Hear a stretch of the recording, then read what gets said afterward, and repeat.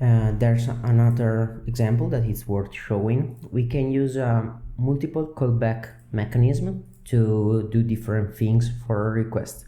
We can delete this app.all / because we are not using it for real, and here we can simplify our route just to make more clear what we are going to do. And great, here you have your first callback. You can use, for example, next, and inside this body we can use console.log first callback. Great, and here you can invoke next.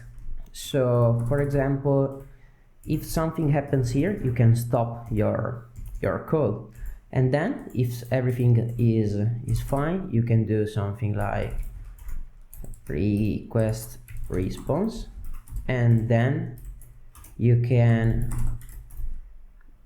go on with your call. So for example, second callback, and then you can do something like res send